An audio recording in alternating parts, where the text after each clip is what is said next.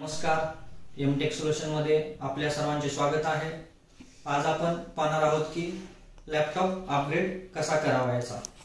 यामध्ये लॅपटॉप ज्या वेळेला आपण अपग्रेड करत असतो त्यावेळेला खूप सगळे रिझन्स असतात अपग्रेड करण्यापाठीमागे।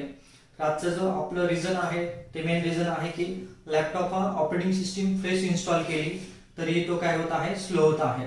आता आपण काय करणार आहोत, याच्यामध्ये जी हार्ड डिस्क आहे ती नॉर्मल हार्ड डिस्क आहे, म्हणून जे लॅपटॉपचं स्पीड आहे ते स्पीड स्लो भेटत आहे।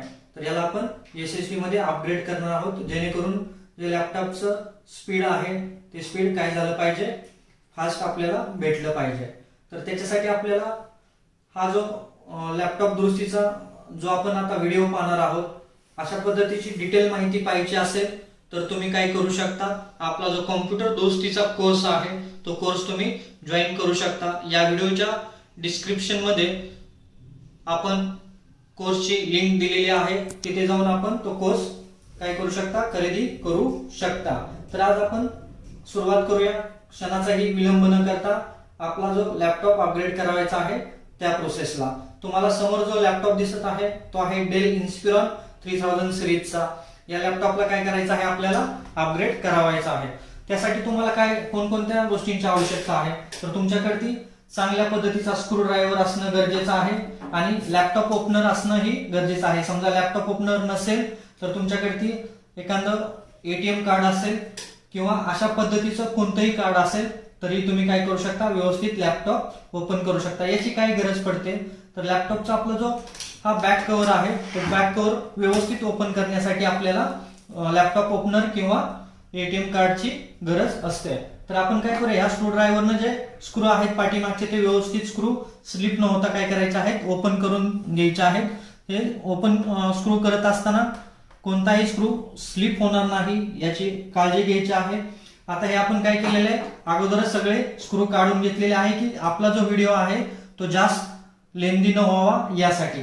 तर आता हे स्क्रू काढून घेतलेले आहेत। तुम्हाला हे जे कार्ड दिसत आहे या कार्डने मी काय करणार आहे, याचे जे काही लॉक असतात, छोटे छोटे लॉक असतात, जर आपण ते लॉक व्यवस्थित नाही काढलं तर ते लॉक तुटण्याचे चान्सेस खूप सर्व असतात। त्यासाठी काय करत आहोत आपण की या एटीएमच्या साहाय्याने काय करतोय, आपण ओपन करून घेतोय। त्याच्यामध्ये तुम्हाला इथं दिसत असेल याचा जो नॉच दिसतो आहे त्या नॉच मध्ये बरोबर आपलं कार्ड इन्सर्ट करायचं आहे आणि हळूहळू पद्धतीने काय करायचंय, त्याला ओपन करायचं आहे। कोणतीही गडबड करायची नाही ओपन करत असताना। जर आपण त्याच्यामध्ये गडबड केली तर काय होतं, नॉच तुटतात आणि नंतर आपल्याला जो प्रॉब्लेम येतो लॅपटॉप परत इन्स्टॉल करताना किंवा असेंबल करताना, तर तो टाळण्यासाठी काय करायचं आहे, एटीएमच्या साहाय्याने आपल्याला हे पूर्ण कव्हर ओपन करून घ्यायचं आहे। हा आता टॉप पूर्ण काय झालेला आहे, फ्री झालेला आहे। कोणत्याही पद्धतीनं कोणतंही लॉक अडकलेलं नाही। जर लॉक अडकला असेल तर ओढून ताणून त्याला काढण्याचा प्रयत्न करायचा नाही, तो व्यवस्थित काढण्याचा प्रयत्न करायचा आहे। हा आता व्यवस्थित काय झालेला आहे, आपला जो बॅक पॅनल आहे तो बॅक पॅनल बाजूला झालेला आहे।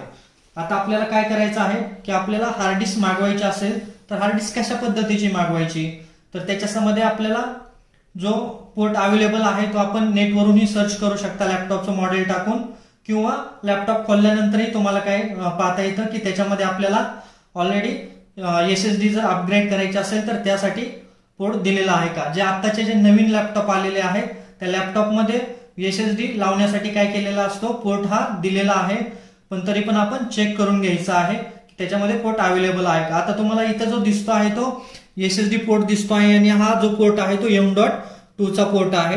हार्ड डिस्क या दोन प्रकारचे येतात, एक असते ती SATA हार्ड डिस्क असते की ज्याच्यामध्ये आपली जी नॉर्मल हार्ड डिस्क असते SATAची त्याच्या जागेवरती एसएसडी काय केली जाते, माउंट केली जाते। ही आपली जी हार्ड डिस्क आहे ती कसली आहे, नॉर्मल हार्ड डिस्क आहे। आणि हा जो 3000 सिरीजचा मॉडेल आहे लॅपटॉपचा त्याच्यामध्ये आपल्याला एक्स्ट्रा एसएसडी अपग्रेड करायचा असेल तर तो स्लॉट ही दिलेला आहे।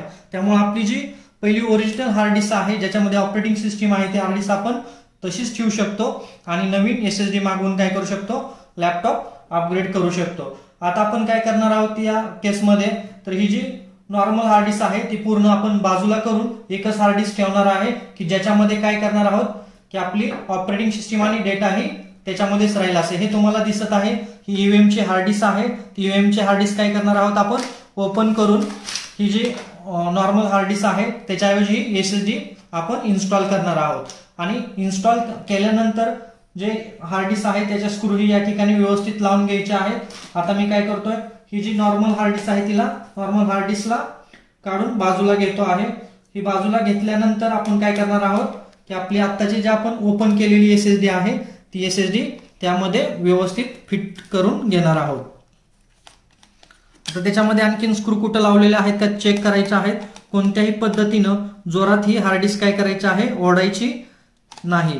जर तुम्ही जोरात हार्ड डिस्क ओढली तर ते हार्ड डिस्कचे जे नॉच असतात ते नॉच तुटण्याची शक्यता असते, लॅपटॉप डॅमेज होण्याची शक्यता असते. त्यामुळे स्क्रू ही तुम्ही ओपन करत असताना हळूवार पद्धतीने स्क्रू ओपन करायचे आहेत. आणि हे जे आपले हार्ड डिस्क आहे त्या हार्ड डिस्कला आपण काय करणार आहोत, इथून अनमाउंट करून घेणार आहोत. ही आपली हार्ड डिस्क काय आहे, नॉर्मल हार्ड डिस्क आपण बाजूला केलेली आहे आणि तिच्या ऐवजी आपण काय करतोय, जी SSD आहे ती SSD ऍक्टिव्हेट करून घेतो आहे. आता काय करणार आहोत, या ठिकाणी नॉच बघायचे आहेत व्यवस्थित आहेत का आणि SSD ला इन्स्टॉल करून घ्यायची आहे. ही जी SSD आहे ती आपली SATA SSD आहे. आणि हे काय झालेलं आहे, पूर्ण पॅक झालेलं आहे. या ठिकाणी हे हार्ड डिस्क आपली फिट झालेले आहे. जे स्क्रू आहेत ते स्क्रू बसवून घ्यायचे आहेत आणि लॅपटॉप व्यवस्थित पॅक करायचा आहे.